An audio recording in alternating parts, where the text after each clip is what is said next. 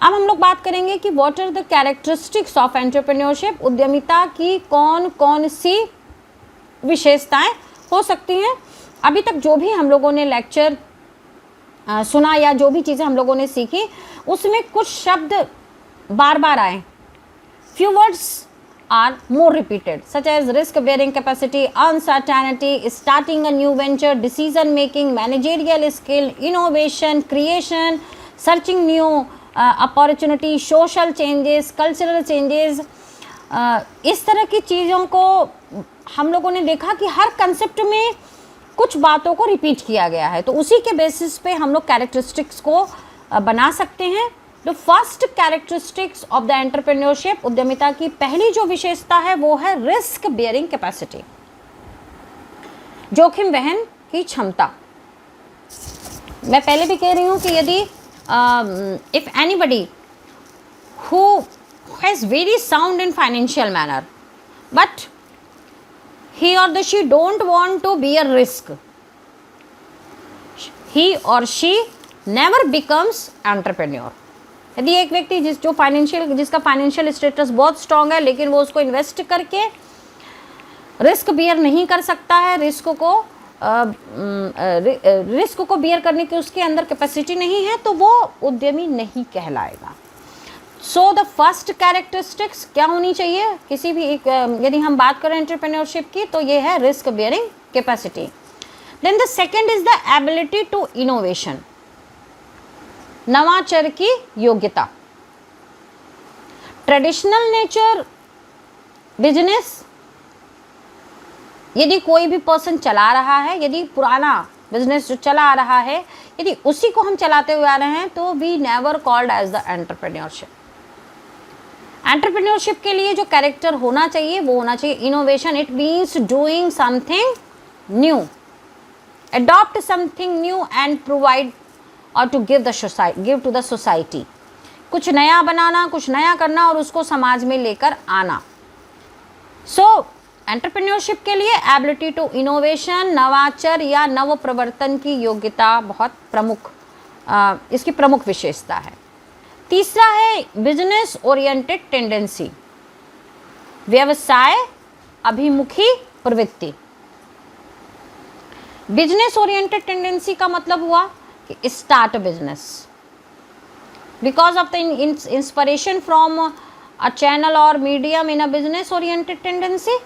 It indicates the entrepreneurial and commercial tendency of an entrepreneur and helpful to entrepreneur for establishing, implementing new ideas and plan into the venture। यदि business oriented tendency है तभी किसी भी business को entrepreneur start करेगा, उसको establish करेगा, उसमें प्लान्स को इम्प्लीमेंट करेगा और रिस्क को बियर करेगा। तो ऐसी कंडीशन में बिजनेस ओरिएंटेड टेंडेंसी किसी पर्सन की जब तक नहीं होगी तब तक उसकी एक्टिविटीज़ को हम लोग एंटरप्रेन्योरशिप नहीं कह सकते हैं। The next is the characteristics is the creative activities. Creative means जो बना है उसको मॉडिफाइड कर देना या उसको अपडेट करना, उसको अपग्रेड कर देना।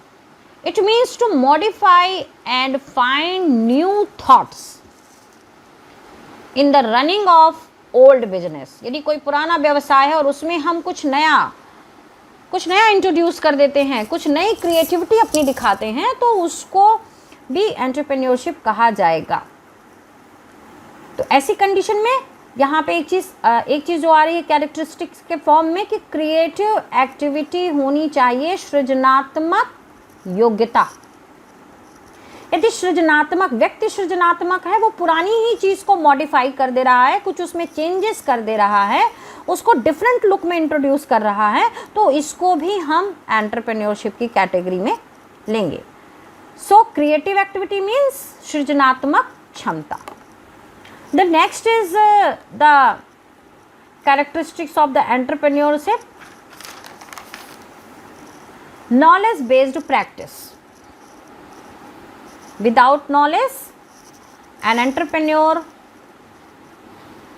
never do anything। बिना ज्ञान के, बिना परफेक्ट नॉलेज के उद्यमी कुछ अच्छा नहीं कर सकता है। सपोज हमने इन्वेस्टमेंट कर दिया, लेकिन हाँ I don't have any knowledge about to how to prepare a plan, how to prepare ये project, what are the sources of the fund, how can we collect the fund, how can we collect or the organize the production factor, उसको हम entrepreneur नहीं कह सकते और नई activities को हम एंटरप्रेन्योरशिप कह सकते हैं। तो it is the knowledge based practice. आप जिस पर्टिकुलर सेक्टर में इन्वेस्टमेंट करना चाहते हैं और साथ में जोखिम भी वहन करना चाहते हैं, तो वहाँ पे आपको उस फील्ड का प्रॉपर फुल नॉलेज होना चाहिए। देन द प्रिंसिपल बेस्ड, सिद्धांत पर आधारित है। किस सिद्धांत पर आधारित है? Entrepreneurship is based on principle, not on intuition. अंतरात्मा से व्यवसाय नहीं चलता है। व्यवसाय यदि कोई भी चलता है तो वो सिद्धांतों पे चलता है, आपके नियमों पे चलता है, आपके बनाए हुए रूल्स पे चलता है कि आखिर आपकी क्या पॉलिसी है। जो पॉलिसी आप डिसाइड करते हैं, जो पॉलिसीज आप फ्रेम करते हैं, उसी के हिसाब से हम किसी भी बिजनेस को रन करा सकते हैं। लेकिन जहां इंट्यूशन आता है वहां हम उसको बिजनेस नहीं कहेंगे। जो नेक्स्ट जो इसका कैरेक्टरिस्टिक्स है वो है result of changes. Entrepreneurship is not the result of economic phenomena. जो उद्यमिता है वो किसी आर्थिक घटना का परिणाम नहीं होती है। It is the result of changes in society, such as changes in social values, conventions, technology, population, government policy etcetera. सरकार की यदि नीतियाँ बदल जाएं, हमारे मूल्य बदल जाएं, हमारी सांस्कृतिक गतिविधियाँ बन जाएं, हमारी परिस्थितियाँ बदल जाएं, या हमारी अवधारणाएं, मान्यताएं बदल जाएं, तो उसी हिसाब से एंटरप्रेन्योरशिप का जो रूप होता है, उसका जो फॉर्म होता है, वो भी चेंज हो जाता है। Essential result of the changes का मतलब हुआ कि परिवर्तनों का परिणाम। नेक्स्ट जो विशेषता है, नेक्स्ट जो कैरेक्टरिस्टिक्स है, वो है essential in every activities.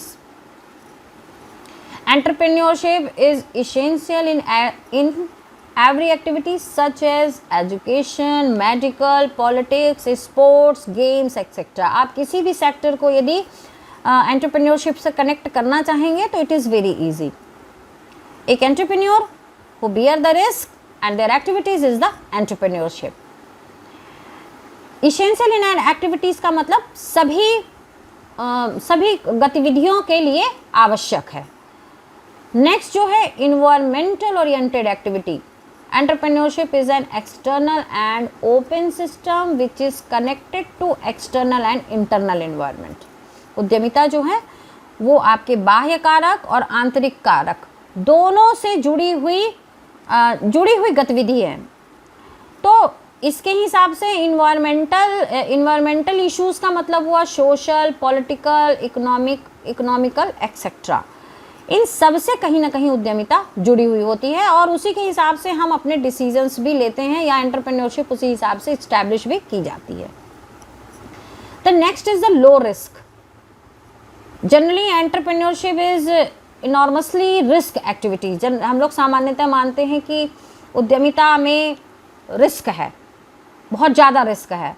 It is true that, ये सही है कि रिस्क फैक्टर इसमें बहुत ज़्यादा होता है। That is risk has been increasing day by day to technological, social and economic changes. जैसे जैसे समाज में या तकनीकी में या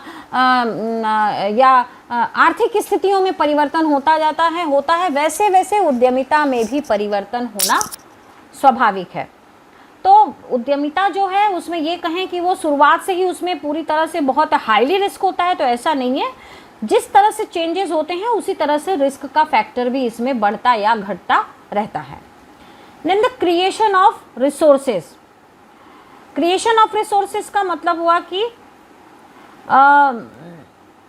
entrepreneurship provides an idea to entrepreneur to use the unused resources in proper manner. उद्यमिता एक उद्यमी को इस बात का भी ज्ञान देती है, इस बात का भी नॉलेज देती है कि कैसे वो अनयूज्ड रिसोर्सेस को प्रॉपरली यदि यूटिलाइज करे, उसका इस्तेमाल करे यदि सही ढंग से, तो वो किस तरीके से लाभ को पा सकता है। So all these are the characteristics of the entrepreneurship. Click on the subscribe button to subscribe this channel. Press the bell icon to get notifications. Like and share this video. Thank you.